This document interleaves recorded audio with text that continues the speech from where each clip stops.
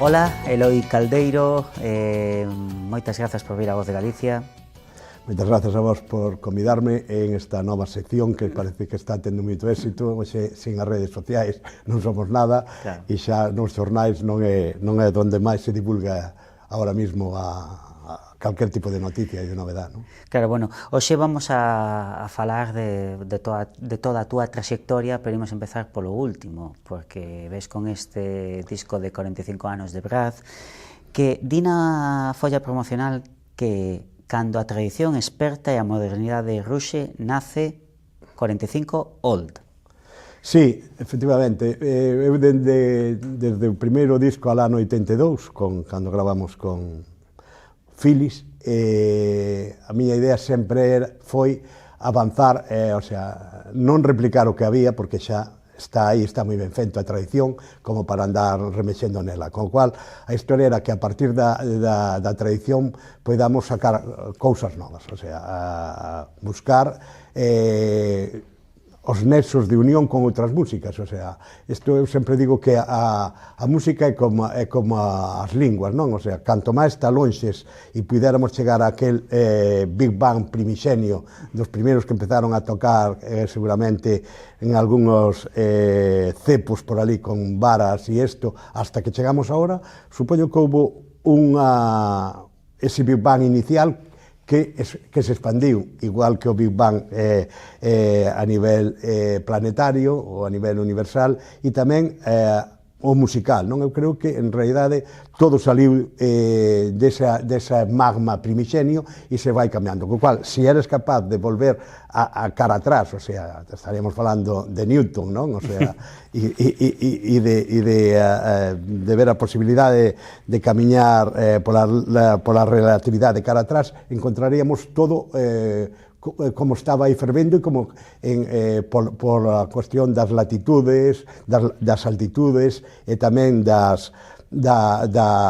idiosincrasia de cada pobo, foi xerando unha música diferente, pero creo que a música é un concepto único e logo hai variación sobre eso, non? De feito, neste disco viaxa, vai a Lisboa, vai a Bos Aires, hai unha mirada global que, vamos, é a mirada global de sempre, de verdade. Sí, efectivamente, ten que ver un pouco tamén porque en sitios moi singulares e moi apreciados para min.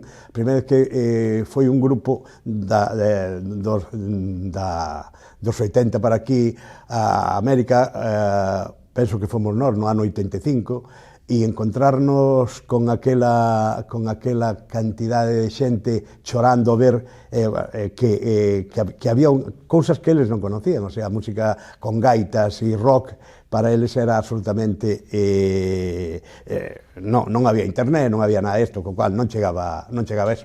E fomos nós, estuvemos ali 15 días, demos 4 concertos, nun deles en Olivos, nun centro que ten o Centro Galego, unha propiedade fora de Bos Aires, e habría sobre unhas 20.000 persoas. Iso marcoume moitísimo, non? Porque bueno, foi encontrarme, incluso, hai outro tema que fala deso, que é o tango, con músicos que tocaban con meu pai aquí, que se foran para Argentina, non?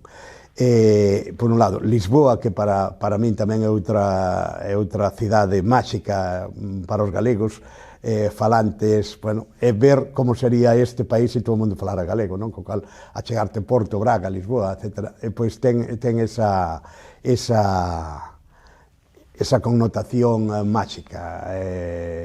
Por lo tanto, bueno, pois é unha viaxe a través da música por todo o mundo. Corrimos en Bos Aires co tango, en Lisboa coa chula lisboeta, o sea, ten que ver, e logo, bueno, pois hai outros temas, bueno, que é un pouco, bueno, esa compilación de esos 45 anos, non? Dis que como sería este país se todo o mundo falase galego. Sí. Como sería este país se todo o mundo falase galego? Pois sería outro país, non? Supoño non, de certo que é outro país, o sea, porque queiramos ou non, temos os apelidos que temos, e temos a historia que temos detrás, que hasta os 70 a maioría de xente en lugares como Lugo e en todo o que era as vilas a maioría da xente falaba galego. Eso, en estes últimos 40 anos, estábamos nun 65-70% de que a comunicación era en galego, a pasar o 30% e baixando, non? O sea, e o problema está en que estamos nunha situación moi complicada, que nos 70, aparte de falar máis xente, non había os medios que hai agora. O sea, hoxe internet invade o todo, e non o invade precisamente en galego, senón en inglés, non? Dentro de pouco tempo, máis linguas como pode ser o propio castelán ou francés, o francés xa sufre esos problemas, o alemán, etc., o holandés, son idiomas que tenden a desaparecer, o sea, e o galego, como non nos vamos tamén, pero o castelán tamén vai haber moitos problemas, porque a maioría dos informes, a maioría do tema que ten que ver coa investigación e tal, está en inglés todo. Se non sabes inglés, estás perdido. É verdad que agora as novas tecnologías te permiten, sin ter idea, e con un micro e un pinganillo, cada un fale no que queira e tal, non? Bueno, a mellor esa é unha posibilidade, pero basicamente o que temos que facer aquí é falar en galego, entre nós falar en galego. Eu non digo que non se saiba falar castelán, inglés ou, que sei, suajili, pero a realidade é que somos galegos, por eso temos estes apelidos. Senón, un que se apelida Pereira non se apelidaría Pereira, ou un que se chame Piñeiro chamaríase Pino, non? Esa é a cuestión. No disco hai unha canción que apela directamente a isto, e incluso os influencers, a canción de Falar a Fala. Fálame desa canción e por qué? Esa canción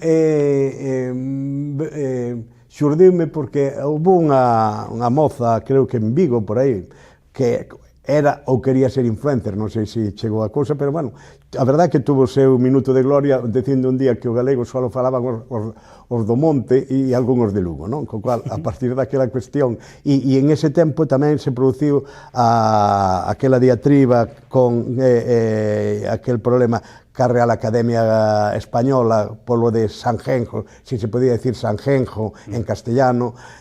Bueno, a partir de aí produce eso, e ten que ver un pouco con eso, non? O sea, de que nós temos unha lingua que non temos por que desbotala, que é máis a nosa pelexa, que aquí viñeron uns señores de Castelo e nos dixeron: ustedes teñen que falar castelán e non lles queda outra, por orden dos reis católicos. E agora, o que quedo moi alucinado é cando a xente que dices é que hai que volver a falar galego, é que o galego non se pode impoñer, é que o galego non se impón, quen se impuxo foi o castelán, o galego estuvo aquí desde sempre, non? Co cual sería ao revés, o sea, non. Pero, bueno, eu non estou dicindo que non haxa que falar soamente galego e menos fora daqui. De todas formas, sempre conto unha historia. Eu que toco e tocamos por todo o mundo, en Bos Aires ningún problema tuven para comunicarme en galego. En Brasil, menos. Non sei, en Portugal tampouco. En Francia, se non sabes francés, está a cousa complicada. En Inglaterra, o inglés, e en Alemania, inglés, alemán. Quero dicir que tampouco temos que pensar que o castelán nos leva moi lonxe, non? O sea, antes sí, pero ahora co inglés e tal non hai esa necesidade. A maioría da xente que vive en Galicia seguramente nunca irá a Soria ou a Teruel, non? O sea que se pode valer para eso, non? A vostede esa consciencia co galego venden desde os primeiros pasos. Falábamos nunha entrevista o ano pasado que cando quiso gravar o primeiro disco de Trevas, o grupo anterior a Braz, non se grabou precisamente por non ceder ao de cantar en castelán. Como era ese momento? Estamos falando do ano 78, senón... 78, claro, que xa estábamos, xa morrera Franco. Foi unha cosa absolutamente... que quedamos bastante alucinados, porque cando fomos ali sabían que cantábamos en galego, non? O sea, e xa cantara Fuxan os ventos en galego, e xa cantaron moito tal, pero era o rock. Eu creo que tiña que ver máis que era o rock, que era rock, non era canción folk ou de autor, non? Claro, porque aí xa gravaran, daquela xa gravara, pois, eu que sei, Xocaloma, gravara Fuxan os ventos, gravara, non sei, Andrés do Barro, un sinfín, Xoan Rubia, etcétera, etcétera, un mogollón de xente, e a nós nos dicen que non. E foi curioso, aquela compañera Chapa Discos, que sacou a maioría dos discos de rock dos 70, estamos falando de Bloque, de Cucharada, Leño, todos salían ali, pero todos salían en castelán. E outra cousa curiosa era que esa compañía tan revolucionaria, o capital era do Opus. Sí, é certo. Co cual, supoño que máis que ser revolucionarios o que non lles interesaba era engadir un problema máis a parte do que era a contestación dos roqueiros, que a parte foran galego. E iso, que despois, tempo despois, grabou un grupo chamado Goma 2, que foi un grupo así que saíra e gravar aí cousas tal, e sí que o gravaron. O noso foi unha cousa absolutamente curiosísima, pero así foi. Houbera cambiado a historia de facerse aquel disco, porque aquel disco era un disco totalmente seminal, non? Sí, absolutamente, sí. Estamos preparando agora un documental, de eso, cando empezamos con Tebras no 75, que outro día, na presentación dun disco aquí na Coruña, falaba, xa o direi, que tamén é desa época. A verdad que non tuvo tanta trascendencia como nós, porque nós fixemos xiras por Galicia, pero tocamos en Madrid, no San Juan Evangelista, no Johnny, que daquela era a máxima historia. Íbamos tocar un concerto en Valladolid, unha bomba que puxeron no escenario os guerrilleros de Cristo Rei, non pudemos tocar, o sea que sí que tuvo grande éxito. De todas formas, o meu plan é que neste ano regravar as cancións daquel disco con instrumentos daquela época, non? O sea, o disco que non disco que nunca se grabou. Porque parte dese disco, 3 temas se reincorporaron sin voz ao primeiro disco de Brad, de Calaiquia, grabado no 82. Hai 3 temas, A Jota da Tola, A Primavera e Salallo, que eran con letra que facíamos en Brad, non? Claro. Era eso, iniciativas seminais, pioneiras, pero en paralelo houbo un festival en Sarria de rock que tamén é totalmente insólito naquel momento, non? A mostra de rock en galego de Sarria. Sí, a primeira mostra de rock galego, sí. Organizada por ti. Sí, montamos a nós ali para empezar. En todos os sitios había xa algúns festivais, estaban o mítico Cané Rock e Cané Folk en Cataluña, que logo daría a unha cousa moi curiosa, que foi Viveiro, 24 horas de música e amor, que era un festival de rock onde veu Miguel Ríos, Cucharada, Azulejo, todas as grandes bandas dos 70 antes da movida, non? Da movida madrileña, e se montou un festival que acabou sendo un churro terrible, pero ainda outro día de Viveiro me mandaron o cartel, e a gran pelexa era entre Miguel Ríos e Tebras, non? Porque, estuveran discutindo os managers, quen iba de primeiro, de segundo, por aquela historia, así. Ese foi, pero ese non era de rock galego, non? O de Sarria si era únicamente rock galego, estaban invitados 4 ou 5 grupos, entre eles Sagra, pero non veu, porque despois había outros grupos incipientes tamén, pero que cantaban en castelán, aínda que había rock, e estaba NHU que non facía, que non era, pero a nosa historia era como moito máis pegada a terra, porque a parte da guitarra eléctrica, un Mini Moog e un Hammond, tocábamos cunha gaita solista, co cual eso, chegar a Madrid nos anos 70, mediados 70, con a gaita, era todo un alucinado. Igual aquí, non? Porque é que non había nin casi gaiteiros. Claro. Que ambiente había neses concertos? Porque estamos falando dun momento no que o rock todavía iba a contracorrente, donde a democracia estaba casi en cueiros, e que todo estaba por facer. Que ambiente había aí? Que excitación existía?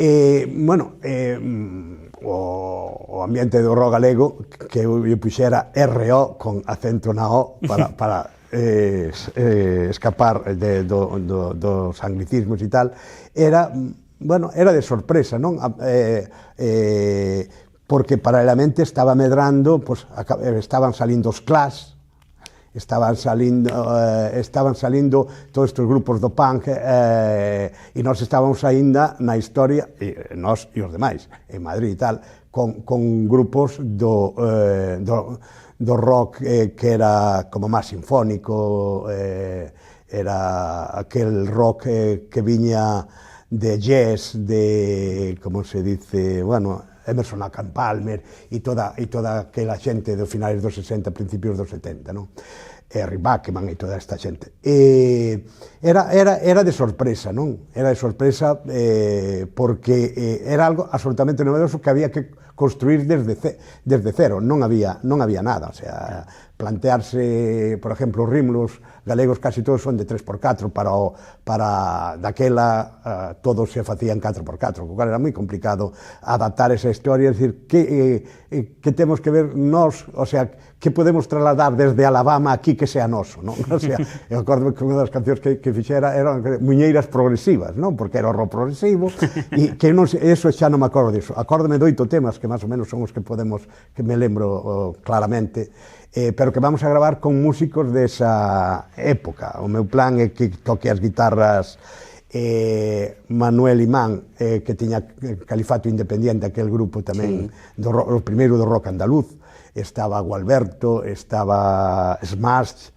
que coincidíamos en aqueles primeiros 70, non? Que era aquel rock progresivo, que en América pues estaba Kansas, estaba toda aqueles grupos míticos que facían música country mezclada con rock, non? Co cual era construir todo desde unha idea que, bueno, de algún xeito foi a semente despois de que foi medrando. É verdade que o rock medrou moi lento e o rock galego máis, porque os que estaban nesa historia nos pasamos ao folk, non? E aí, claro, aí foi eso, porque o rock galego ten que ter unha, o que eu planteara como tal, ten que ter unha serie mínima de sustento no propio país, as gaitas, esa historia, non valía facer rock solo cantar un galego, tiña que ter ese toque que fora enxebre, por decirlo dun xeito, non?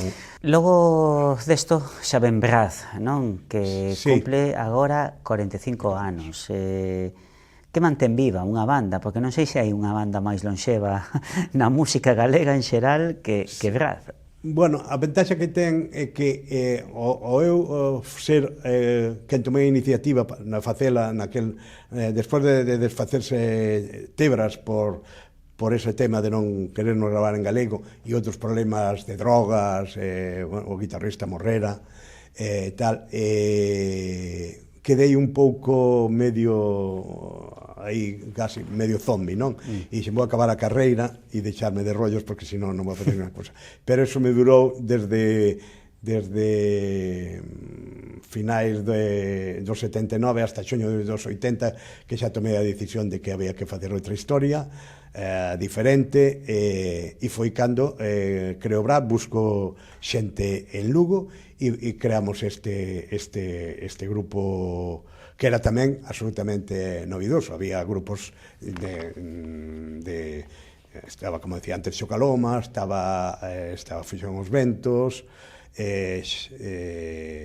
e algún grupo máis, bueno, xa estaba Emilio Cao, que fora un dos iniciadores da música celta, salira tamén o disco de Rodrigo Romanía e Seoane, pero vamos, que era folk e era música tradicional. Arrancar con isto, o primeiro que nos caeu foi que eso non era música galega, porque a batería non era galega. Claro. Esa foi unha das primeiras acusacións de que carallo estábamos facendo, non? O sea, que eso non era música galega, nin farrapo de gaitas, co cual aí tuvemos encontronazos, pero vamos, a realidade é que tiñamos unha cantidad de xente de moza, porque o meu plan era facer música moderna para que non tuviéramos que estar sempre tirando de España, claro, nin de Inglaterra e tal, senón de que tuviéramos a nosa propia música. Eso implicaba que mellor tiñamos 200 ou 300 rapazas e rapaces que iban a todos os concertos, de tal xeito que casi non facía falta que houbera pouco máis, porque xa había ali un quórum importante de xente. E xurdiu que, bueno, está empezando a preautonomía. No 81 estaba xa a preautonomía, e iso fixo tamén, bueno, pois que todo era, había aí un gran magma fervendo para que saíran cousas, non? E iso foi o que despegou. E logo tivemos a sorte, e que creo que fixemos ben, non a parte da cuestión meramente artística, de que os grupos que estábamos en aquel momento tiramos moito por aquelo, por unha parte, elevando o nivel, por exemplo, técnico. Cando nós empezamos, só había un equipo de son en todo Galicia, co cual se tocaba un, non tocaba outro. Si, era Firuco, un de Santiago, que era o que tiña os equipos. Despois xa comprou un segundo equipo, e logo nós xa compramos o noso. Pero inicialmente non había posibilidad. Ou era un festival, ou, por exemplo, no Guísamo, que era un festival espectacular. Bueno, ainda sigue sendo, pero que daquela o Guísamo reunía miles e miles de persoas, non? Había outro festival aquí en Arteixo que tamén tiña moita sona. O sea, había bastantes festivais de folk que despois foron desaparecendo, pero en aquel momento era. E éramos poucos e moita xente querendo escoitar, que a realidade é que eso tirou por nós, e logo que facíamos que tocábamos moito fora, non? O sea, claro, é que só que quería ir eu, nese momento, non sei se construe o concepto este de rock celta, e aparecen unhas conexións que non miran a España tanto e miran para o norte, non? Efectivamente, sí, para Irlanda, claro. A chegada de Gwendal, que chega cando nós empezamos, tivo que ver, pero o Festival de Lorient, nós vamos no 82 ao Festival de Lorient, e aquilo foi o desmadre general, porque, bueno, foi unha cousa espectacular. Eso nos lanzou a moitos festivales de Europa, porque, o sea, normalmente o Festival de Lorient, que daquela debería levar 4 ou 5, iban agrupacións de canto e tal, pero chegar un grupo de rock ali con esa historia. E no segundo ano, sobre todo, que tocamos con Avalon, que era un grupo casi de heavy, estamos falando do 86 ou 87, que as críticas dos xornalistas de música teño analizando en páxinas enteiras dos xornais franceses, decía cando el folk zozobra e entra el rock, non? O sea, porque claro, a realidade é que era unha competencia poderosa, non estábamos falando de cousas, non? E iso todo levounos de que nós tocábamos normalmente casi todos os anos nas festas de San Isidro de Madrid, que era un escaparate espectacular. Logo a televisión, solo estaba o primeiro e o segundo canal, co cual, cando salías, te vían 30 millóns de persoas. O propio Radio 3 tiña 5 ou 6 programas, entre eles tiña, non sei se lembras, as 24 horas da música e a radio, que se facían no que hoxe o Wiking Center, que metíamos 20.000 persoas, bueno, ali tocaba desde Sabina, bueno, 24 horas seguidas, retransmitido en directo pola televisión. Eso daba un empuxe que todo eso foi ao garete. Agora Radio 3 non ten ningún programa de música folk, que é increíble, non? O sea, hai músicas de calquer sitio menos daqui, non? De todos os xeitos, aparece ese rock celta, pero claro, Braz ten unha trayectoria tan extensa que viviu o boom do rock celta, o boom celta dos 90, cos gaiteiros, a caída diso, e incluso a irrupción das novas músicas xa con mestura cos sons urbanos, non? Sodes un auténticos espectadores de todo o que está acontecendo e ao mesmo tempo protagonistas de toda esa evolución. Sí, efectivamente, claro, temos ese posto de espectadores privilexiados e ao mesmo tempo protagonistas, como ben dices, non? O sea, sí, claro, eu xa sempre tuve en ese anhelo. Decía a José Miguel López, que era... de Discópolis. Sí, de Discópolis, que sempre tuvo unha gran querencia por nós e tal. Dice, é que vosotros non estáis facendo folk, estáis facendo, como decía el, folk beat ou algo así, non sei que facemos folk, o que pasa que é moderno. Dice, no, que xa trascende eso e tal, non? E logo, bueno, claro, o que dices tú, viñeron todas, non, viñera a música africana, fixen un disco con música africana, con músicas do Magreb, fixemos con bossa nova, o sea, en realidad tocamos casi todos os paus e efectivamente grandes bandas que subiron desapareceron porque isto é lei de vida, o sea, cando subes moito tendes a baixar porque hai outra xente que se incorpora e hai novas xeracións, non? O sea, de tal xeito, eu digo, que me chamaba aí un momento Manuel Luna, que é un músico cántabro, pero que vive en Murcia, e así falando, dice que claro, a maior dos nosos fans, moitos xa están en geriátricos. Xa esa toda a xente, os moitos morreron, non? Co cual, claro, 45 anos son moitos anos, pensando que a maioría de xente tería entre 18 e 25 anos, pois o que mínimo ten 70 anos, non? E con toda esa trayectoria, esa perspectiva, que lle sorprende máis da nova xeneración de artistas galegos? Porque creo que neste momento estamos asistindo a un boom, incluso con unhas cifras impensables.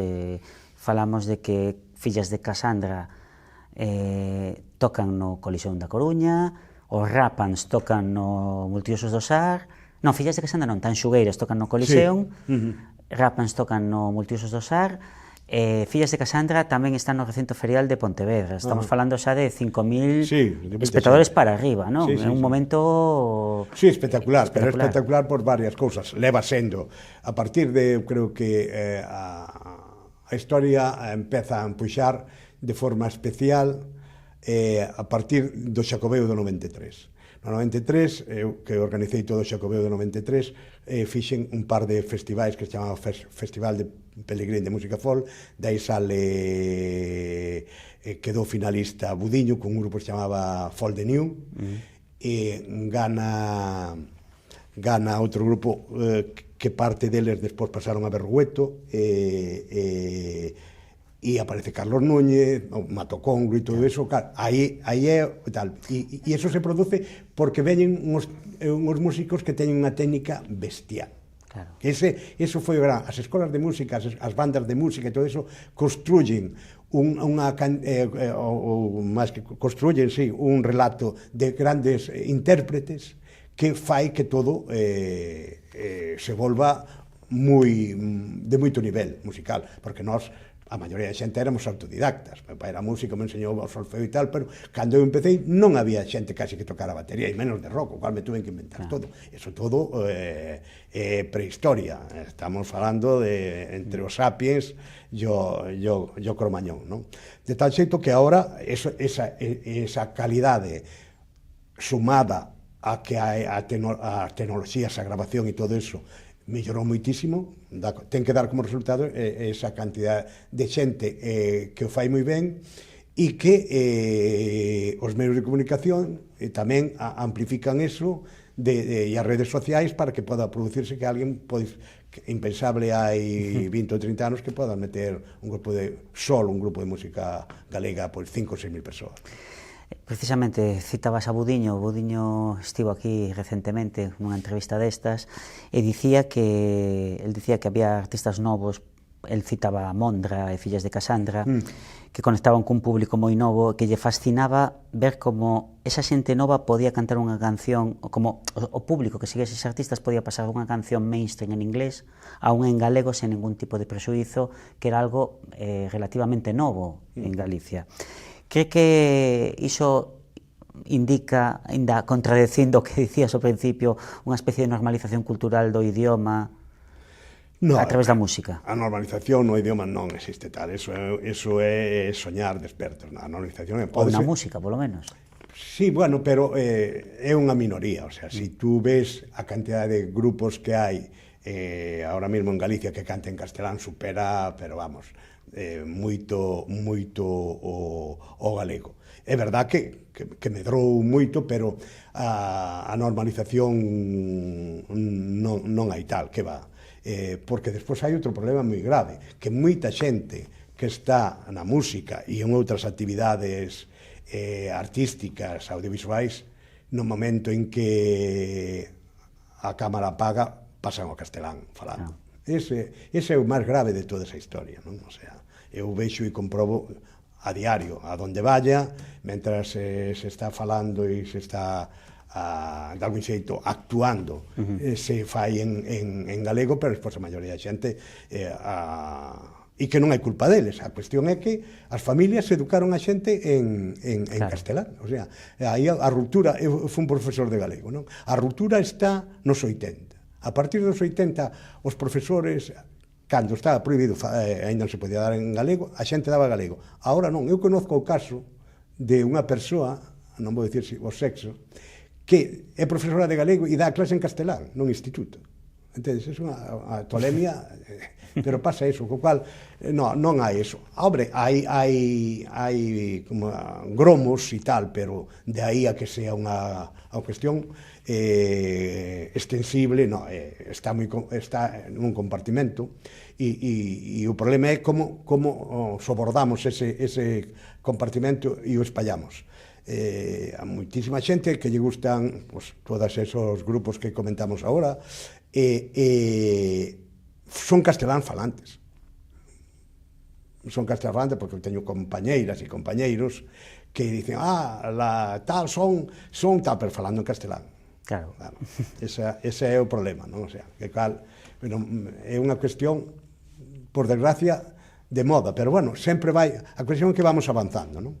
A cuestión é que vamos avanzando moi pouco. Digo, desde a ruptura dos 70 que baixamos, parece que hai máis cousas, pero necesitaríamos moito máis. Pero vamos, por exemplo, o grupo, a formación musical que máis podes de convocatoria ten hoxe en día en Galicia pode que sexa Tanxugueiras. Sí, seguro.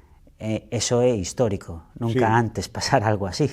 Sí, no, que un grupo pagando, porque ese é outra das cuestións básicas que tamén. Tanxugueiras meten o mesmo público no Colisión que mete Pablo Alborán ou Alejandro Sanz. Sí, pero é un fenómeno particular. Sí, é unha... Claro, a cuestión é que como elas o meteran calquera, non? O sea, por exemplo, que pasa en Cataluña, non? O sea, en Cataluña, calquer grupo de catalán, e estamos falando las Embusto, estes grupos que teñen 50, 60 anos, a Compañía Eléctrica de Arma, eu estuve agora hai uns meses ali, e enchen o liceo, e enchen, entendes? Eso aquí non pasa, porque aquí hai despois outro problema moi grave, e é que falta crear un sustrato, o sea,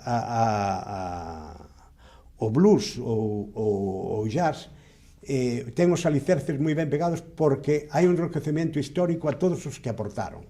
Aquí é máis de a ver que sale agora, de maravilla, de usar e tirar, non? Pero para construir algo que é grande se necesita, primeiro, os propios intérpretes e os músicos sepan de onde, porque hai moita xente, eu escoito moitas declaracións que estas personas non conocen a historia da música galega, senón non poden decir eso, non? O sea, a música galega ten moitos anos, pero a partir dos 68 con Voces Ceibes, aí hai un revolcón, todo eso, e moita xente descoñece moitas das historias. Nese sentido, eu escoitei a veteranos da causa falar de unha especie de adanismo das novas xeneracións, non? No sentido de que falan como se isto empezase agora, por a xeneración espontánea, e que non teñen uns referentes claros do que houbo atrás. Ti que eres un veterano, o sintes así? Sí, absolutamente. Eu e moita xente que falamos, claro, o sea,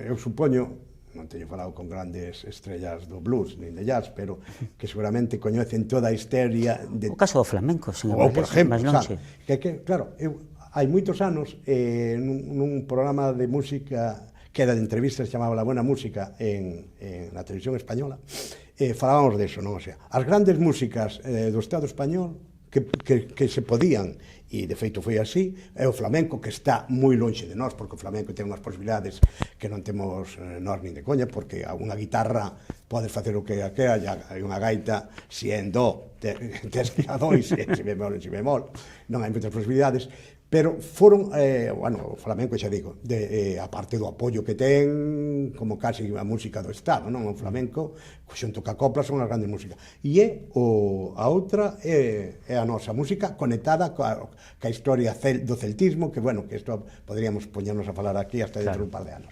Pero, bueno, quero dicir, que sí, e en cambio, todo eso que falamos ao principio se perdeu, o sea, porque, xa che digo, nós tocamos nas festas de Sevilla, nas festas de Murcia, pero temos tocado en povos, nas Serra de Murcia, que dice, pero como como chegamos nos aquí, un grupo de música galega, ou algo de Celta e tal, porque os medios de comunicación levante a onde queres, non? Claro. Enchíamos discotecas en León, en Zamora, en Barcelona e tal.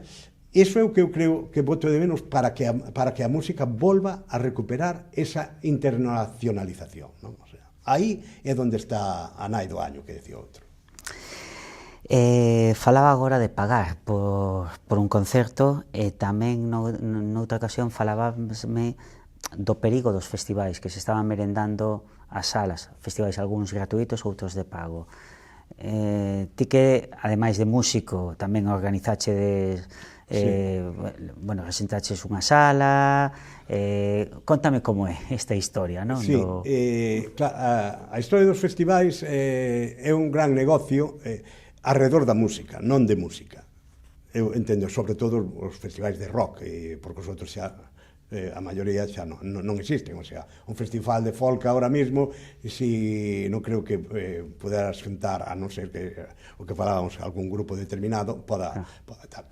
Aí ven un problema histórico e é que aquí nunca se cobrou, o sea, todo pagaron as administracións e auténticas e moi ben pagado. Hai que dicir que as administracións o que se lle pedía pagaban. O problema era que desde o punto de vista de acceder aos recintos era gratis, o cual eso de algún xeito desprestixou un pouco, sabes? O sea, eu como non pago vou ali, se non me gusta dou a volta e incluso érgome, molesto os demais e tal, non sei que canto, non? Eso está ben para algunhas festas populares, pero está moito mellor esta historia, non? A xente ten que pagar para dignificar e para que a xente se va. A mí non me gusta isto, non vou, pero como si é gratis, vou hasta ali a dar a pouca barrila e volveme, non? Desde ese punto de vista, eso agora, sobre todo no folk, é un hándicap porque se arrastra eso de que a música é gratuita. É verdad que viñeron todos os grupos indie, toda esta historia, que cobran, porque e funcionou de maravilla. O que pasa que veu eso co famoso 30% da Unión Europea que te podes desgravar hasta un 30% e vender a terceiros. Non sei se conocéis esa historia, que aí está, por eso están os bancos metidos, está aí. O sea, hai empresas que se eu fago un festival e me costa 1 millón de euros e desos millón podo desgravarme 300.000, pero eu non teño para desgravar porque non teño os ingresos, podo venderchos a ti ao 13% ou 14%, tú te desgravas a tua parte, o comisionista se leva unha outra e funciona. E funciona así, claro. Estamos falando de millóns e millóns de euros que se inverten en esos festivais. Claro. E que se están invertindo para, o sea, como experiencia, non como, o sea, a maioría dos festivais xa non son festivais de música, son experiencias culinarias e tal. Pero a música é o leitmotiv, pero non é o máis importante, de onde se sacan os cartos, digo, o sea, porque se tú compras unha entrada e o que valen as entradas, terías que decir, bueno, eu quero ver un grupo e que toque hora e media, como pasa nunha sala, non? No, pero a mellor tocan 30, 40 minutos e tal. Eso que está moi financiado polas administracións, é un negocio bestial, o sea, a maioría dos grupos, a maioría dos festivais teñen unhas subvencións da administración pública bestial. Claro. O problema é, cando eso desapareza, que desaparecerá, que vai a pasar con todo eso? E polo medio, o que pasa? Que se tú, en Lugo, no Caudal Fest, métenche 30 grupos, dos que podas tú traer a tua sala, ou na Capitol en Santiago, Bellansán, no Monte de Dozo, que programas tú? Bueno, un grupo lle interesa moito máis que lle paguen un bon caché e tocar 40 minutos que andar mazándose pola estrada de la Ceca para la Meca, non? Iso eu creo que as administracións deberían ter máis ver para que non se, creo que se está construindo alrededor deso unha bolsa que vai estoupar como pasou co ladrillo, con tantas outras cousas, non? E despois sí que vai quedar todo arrasado e teremos que volver a empezar desde cero, non? Bueno, xa para rematar, 45 anos de Braz, 50, polo menos, de Tebas, non? Tebas, sí, Tebas 50, sí, foi no 75, 50, 50. Vamos, medio século de vida, non sei que queda por facer. Pois sempre queda que facer, o sea, en realidad parece que faz moito, pero en realidad faz pouco. Eu creo que vou a seguir hasta que fixen esa canción no pasamento para tocar no meu enterro o día que desaparece do mapa. Vou a seguir. Ahora, como xa te contara, iba a sacar un disco de rock con homenaxe a Tebras, que se titula Tebras, e que teño aí pendiente de sacar, e teño outro disco de músicas do mundo, con mezcla de música galega con música mexicana, con música colombiana, con música de Cabo Verde, griega, etcétera, que tamén están grabados. Inicialmente iba a sacar os tres, pero ainda non do atendido aún como para atender os tres, non? Bueno, pois estou con eso, estou con proxectos de televisión, creo que, e da compañía discográfica, queremos ahora convocar un par de concursos de rock e de folk para levantar un pouco a historia, darlle oportunidade a outros grupos de gravar, incluso un programa para becar a algúns grupos que se presenten, que vexamos que teñen futuro, facerlles unha grabación con vídeo e tal, e ver que posibilidade desde a compañía discográfica. Perfecto, pois nada, Eloi, moitísimas grazas por estar aquí con nós, nada, esperando, pois non sei, se outro medio século máis de trayectoria, pero polo menos os anos que dure isto. Eso sí, o medio século vai ser complicado, pero bueno, hasta donde chegamos, e despois aí quedáis para seguir outros, o sea, porque isto é unha cadea que non para. De acordo, moitas grazas. A ti.